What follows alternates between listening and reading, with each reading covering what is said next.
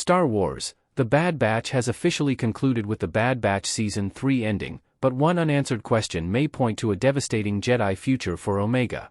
The Bad Batch was an incredible addition to Star Wars, fleshing out the stories of clone troopers following the events of Order 66, and The Bad Batch Season 3 was particularly exciting.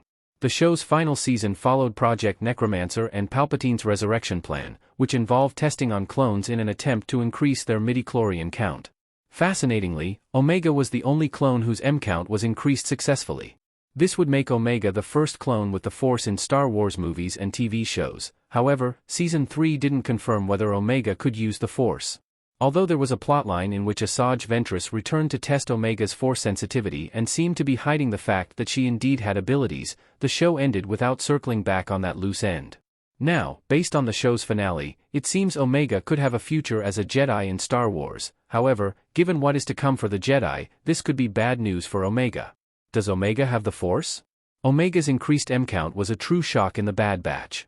Although the clones had a long-standing, and very complex, history with the Jedi, both the Jedi and the Force hadn't been very involved in The Bad Batch's first 2 seasons. The show really focused on the clones and their experiences in the early dark times. Moreover, it seemed impossible that the clones could develop the Force. None, Omega included, had ever exhibited any Force sensitivity. Of course, M counts don't equate to Force sensitivity in all cases. Instead, they are a metric by which someone's potential with the Force can be measured. As shown with Sabine Wren's Force abilities in Ahsoka Season 1, anyone can use the Force. M counts perhaps just increase that likelihood. However, this made the turn for Omega all the more exciting. While, yes, this same logic could theoretically be applied to Omega, that anyone can use the Force, this increase in her midichlorians made it much more possible. It also seemed as though this would become a central plotline in The Bad Batch's final season, particularly when Asajj Ventress made her reappearance.